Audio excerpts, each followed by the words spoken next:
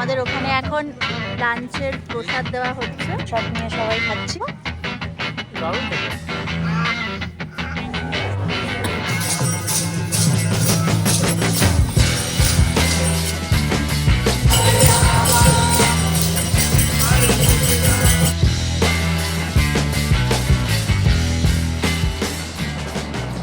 আগের ভিডিওতে দেখেছো প্রায় 6.5-7 ঘন্টা দীর্ঘ জার্নি করে আমরা নিউ জার্সি থেকে পৌঁছেছিলাম ওয়েস্ট ভার্জিনিয়ার পাহাড়ের কোলে এক অপূর্ব শান্তির জায়গা নিউ বৃন্দাবনে।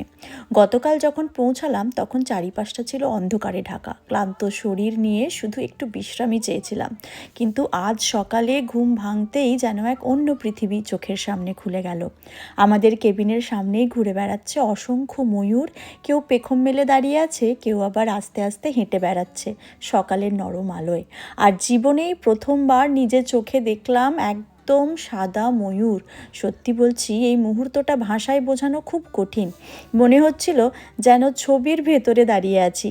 এখন আমরা গুটি গুটি পায়ে এগিয়ে চলেছি মন্দিরের দিকে। সকালের এই শান্ত পরিবেশে একটু সময় কাটাবো, মনটাকে একটু শান্ত করব। চারিপাশে শুধু পাখির ডাক, পাহাড়ের হাওয়া আর এক অদ্ভুত শান্তি, যেটা হয়তো ক্যামেরায় পুরোটা ধরা যায় না, কিন্তু মন দিয়ে অনুভব করা যায়। কেমন লাগছে গো? সাদা ময়ূর, কোনোদিন এই প্রথম দেখলাম সাদা ময়ূর। সেই এখানটায় খুব সুন্দর আসছে ছবিটা। দাঁড়াও তো, দেখছিস ময়ূর কেমন ডাকছে? দেখছিস মামা পিকক কেমন ডাকছে? চল চল চল। তো চলো আজকের ভিডিওটা এখান থেকেই শুরু করি। আর তোমরা যারা আগের ভিডিওর এখনও দেখোনি অবশ্যই দেখে এসো, আর জানিও কেমন লাগলো আমাদের এই জার্নির প্রথম পর্ব। ওইখানটা কি, নামটা কি? এদিকে ঘুরে বলো। ও ওইখানেই, ওই দেখো আবার একটা পেখম মেলছে। এই দেখ, জায়গাটা এত সুন্দর। মন্দিরের দোরগোড়ায় যখন পৌঁছালাম তখন দেখলাম সকালবেলার পুজো হচ্ছে এবং প্রসাদ বিতরণ চলছে। সাথে ভক্তদের জন্য ছিল সকালের জল খাবারেরও ব্যবস্থা। সত্যি বলতে আমরা একদমই জানতাম না যে এখানে সকালবেলার খাবারটাও মন্দির থেকেই দেওয়া হয়। সকালের ঠান্ডা হাওয়া, চারপাশে ভক্তিময় পরিবেশ, আর সেই সাথে মন্দিরের সামনে এত মানুষের শান্ত মুখ, সব কিছু মিলিয়ে মুহূর্তটা যেন খুব আপন লাগছিল। আমরাও লাইনে দাঁড়ালাম প্রসাদ গ্রহণ করার জন্য। হাতে যখন গরম গরম প্রসাদ এলো তখন মনে হচ্ছিল এই সরলতার মধ্যেই যেন কতটা শান্তি লুকিয়ে আছে। মন্দিরের সামনে বসেই সকালের জলখাবার খেলাম। খুব সাধারণ কিন্তু অনবদ্য খাওয়া দাওয়া, কিন্তু সেই জায়গার পরিবেশ, মানুষের আন্তরিকতা আর ভক্তির আবহে সেই খাবারের স্বাদ যেন একেবারে অন্যরকম হয়ে গিয়েছিল। মাঝে মাঝে মনে হচ্ছিল জীবনে শান্তি খুঁজতে হয়তো বড় কিছুর দরকার হয় না। So this is not different from India Prism, whatever benefit you get from there, here also we are going to get same benefit. So now the rules is while chanting this Hare Krishna Maha Mantra, you need to repeat. This is called call and response. Okay, please. Everyone open your mouth and chant. We are in Haridham. Okay. So, Hare Krishna, Krishna Krishna, Hare Hare, Hare Rama, Hare Rama, Hare Hare Rama, Hare Rama, Rama Rama. এমন ছোট ছোট মুহূর্তগুলো মনকে ভরে দেয়। চারপাশে যখন ধীরে ধীরে ভিড় বাড়ছে, কেউ কীর্তন করছে, কেউ মন্দিরের সামনে বসে প্রার্থনা করছে, আবার কেউ দূর থেকে পাহাড়ের সৌন্দর্য উপভোগ করছে। আমরাও কিছুটা সময় সেখানেই কাটালাম। কোনো তাড়া নেই, কোনো ব্যস্ততা নেই, শুধু মুহূর্তটাকে মন ভরে অনুভব করার চেষ্টা। So when they got this land in 1968, then when they are preaching, they are making this palace of the old. So many things are happening that time. So many gondas, dacoits, they attacked. Yes, they have taken the card. জলখাবার আর প্রসাদ গ্রহণ করার পর আমরা বেরিয়ে পড়লাম প্রভুর সাথে গোবর্ধন পরিক্রমায়। চারপাশে তখন ভেসে আসছে কীর্তনের শব্দ, হরে কৃষ্ণ হরে কৃষ্ণ। সবাই একসাথে ধীরে ধীরে হাঁটছি, আর সেই নাম সংকীর্তনের মধ্যেই যেন পুরো পরিবেশটা আরও বেশি সুন্দর ও পবিত্র হয়ে উঠছিল। পাহাড়ের পথ ধরে হাঁটতে হাঁটতে প্রভু আমাদের বোঝাচ্ছিলেন কিভাবে এই নির্জন পাহাড়ের কোলে একসময় প্রতিষ্ঠিত হয়েছিল নিউ বৃন্দাবন, কিভাবে অনেক বছর আগে কয়েকজন ভক্ত এই জায়গাটাকে শুধুমাত্র একটি আশ্রম নয়, বরং ভগবান শ্রীকৃষ্ণের ভাবনায় গড়ে ওঠা এক আধ্যাত্মিক ধাম হিসেবে তৈরি করার স্বপ্ন দেখেছিলেন। প্রভুর কথা শুনতে শুনতে মনে হচ্ছিল আমরা যেন শুধু একটা জায়গা ঘুরছি না, বরং একটা ইতিহাসের ভেতর দিয়ে হেঁটে চলেছি।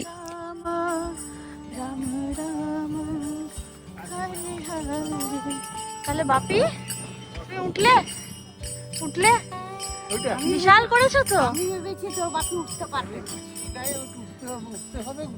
ওই দেখো, দেখি নাই কতটা আছে উপরে। এটাকে কি বললো? শ্যামকুণ্ড, এটা রাধাকুণ্ড। এই মাম্মা, তুই একদম হিলে চড়ে গেছিস শিব ঠাকুরের কাছে। হয়েছে, চলে এসো। এবার নামছি। হরে রাম হরে রাম রাম রাম। জায়গাটা অসাধারণ, যেই জায়গাটায় বৃন্দাবনটা বানিয়েছে কি দারুণ লাগছে। গরু, ওয়াইল্ড লাইফ ওইদিকে আছে, ওই যে ওই গরু ঘোড়া সবই গরুই মনে হয় ওগুলো। নিচে গিয়ে দেখাবে নিশ্চয়। কি সুন্দর এটা জায়গাটা, একদম উপরে চড়ে গেছি আমরা। মোটামুটি হাইট হচ্ছে প্যালেস অফ গোল্ড, যেটা আমরা পরে আসবো ভালো করে দেখার জন্য ঘুরে। এখন আমরা গোবর্ধনা পরিক্রমাটাকে শেষ করছি, কমপ্লিট করে সন্ধ্যেবেলায় আসবো। এটা সন্ধ্যেবেলায় ভালো লাগবে বেশি, সূর্য যখন অস্ত হবে, হ্যাঁ না, ভালো লাগবে দেখতে। এটা কি গো? ফিরে এসেছি আমরা কিছুক্ষণের জন্য রেস্ট নিতে। এটা হচ্ছে লফটে দুটো বেড আছে, এখানে একটা এখানে একটা অগোছালো, কারণ কালকে তো দেখানো হয়নি, তো আমরা রাত্রেবেলায় শুয়েছিলাম অগোছালো। তো ভাবলাম একটা বই, অলরেডি আমি দুটো বসে বসে একটা বই পড়ছি। এটা হিয়ার উই গো, এটা অনেক বেশ ভালো, বেশ ট্রাভেল রিলেটেড বইটা। আর একটুখানি দেখাই, এটা হচ্ছে ওপরে, আর নিচে একটা বেডরুম। ভুবন, আমি একটা ভিডিও পোস্ট করেছি, সেখানে তোমার নাক ডাকার গল্প বলেছি। সেখানে দেবুদা বলছে যে ভাই তুই কি আমার থেকেও বেশি নাক ডাকিস আজকাল? হ্যাঁ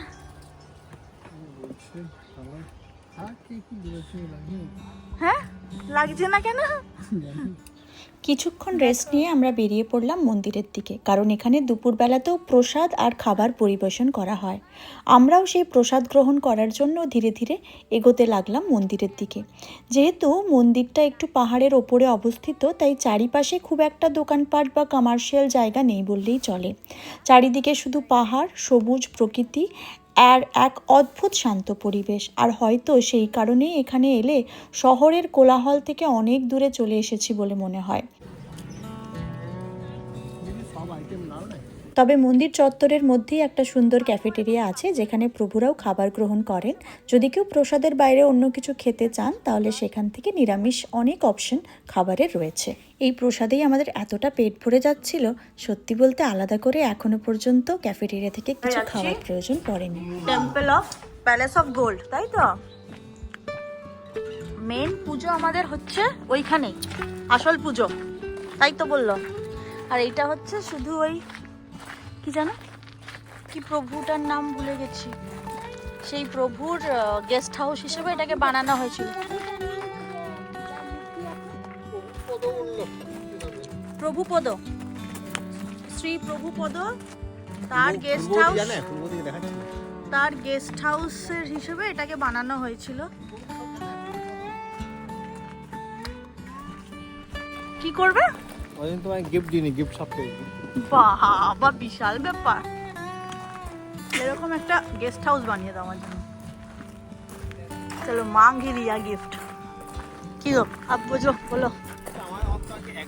এক যুগের সম্পর্ক, আগের যুগে বানিয়েছিলাম, ভুলে গেছি আমি। 5 যুগ ধরে একটা বাঙালি ভুলে গেছি আর। দূর থেকে এই প্যালেস অফ গোল্ডকে দেখে মনে হবে যেন ভারতের কোনো রাজপ্রাসাদ, কিন্তু অবাক করার বিষয় হলো এই সোনালী প্রাসাদটি তৈরি হয়েছে আমেরিকার ছোট্ট একটি আধ্যাত্মিক কমিউনিটি নিউ বৃন্দাবনে, যেখানে আমরা এখন আছি। 1970-এর দশকে হরে কৃষ্ণ আন্দোলনের প্রতিষ্ঠাতা শ্রী এস.সি. ভক্তি বেদান্ত স্বামী প্রভুপাদের সম্মানে প্রাসাদ নির্মাণ শুরু হয়। প্রথমে এটি ছিল একটি সাধারণ বাড়ি তৈরির পরিকল্পনা, কিন্তু ভক্তদের অক্লান্ত পরিশ্রম, ভক্তি ও সৃজনশীলতার মাধ্যমে সেটি ধীরে ধীরে রূপ নেয় এক অসাধারণ শিল্পকর্মে। প্যালেসের ভেতরটি দেখার জন্য একটি ট্যুর হয়, আর ওখানকার প্রভুরাই সেটা সবাইকে ঘুরিয়ে দেখান। $12 মতো পার হেড করে লাগে। বাচ্চাদের আর সিনিয়র সিটিজেনদের ফ্রি এন্ট্রি। প্রাসাদের ভেতরে রয়েছে ঝলমলে ঝাড়বাতি, সোনালী অলঙ্করণ, মার্বেল পাথর, রঙিন স্টেইনড গ্লাস এবং হাতে তৈরি সূক্ষ্ম কারুকার্য। প্যালেস অফ গোল্ড দেখে বিকেল দিকে আমরা এলাম এই গো সেবা করতে। এখানে গরুদেরকে খাওয়ানো, দুধ দোয়া, এই সমস্ত কিছু নিজে হাতে সকলে করতে পারবেন। তাই চিনি তো এই জিনিসগুলোতে অভ্যস্ত নয় বা দেখেনি, তাই ওকে দেখিয়ে আমার মনটা ভীষণ শান্তি লাগছিল। এই নিউ বৃন্দাবন প্রতিষ্ঠিত হয় 1968 সালে। উদ্দেশ্য ছিল ভারতের পবিত্র বৃন্দাবনের আদলে আমেরিকায় একটি শান্তিপূর্ণ আধ্যাত্মিক সমাজ গড়ে তোলা। এখানে আজও নিয়মিত কীর্তন, পূজা, ধ্যান ও ভক্তিমূলক কার্যক্রম অনুষ্ঠিত হয়। প্রাসাদের চারপাশে রয়েছে সুন্দর বাগান, পদ্মপুকুর, ফোয়ারা আর মুক্তভাবে ঘুরে বেড়ানো ময়ূর। তাই এখানে এলে মনে হয় যেন বাস্তব আর স্বপ্ন একসাথে মিশে গেছে।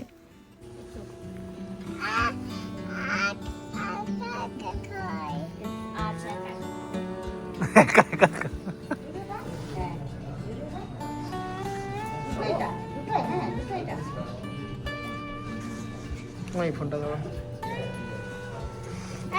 তারপরে আর করবে না মামা, আর করবে না, আর করবে না। That's enough. That's enough? Okay. That's enough. Mama, that's enough.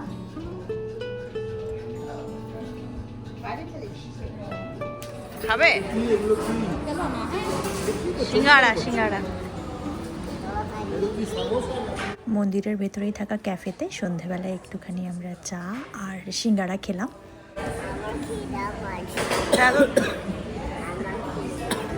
বলছে আমার খিদা পাচ্ছে। দেখি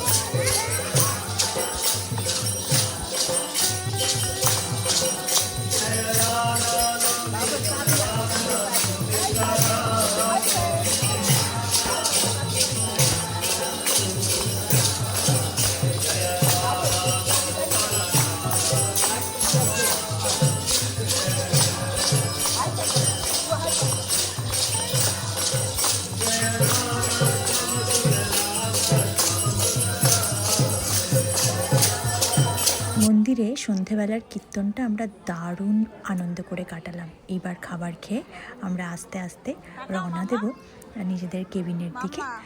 দেখা হবে আবার কালকে। সবাই খুব ভালো থাকবে।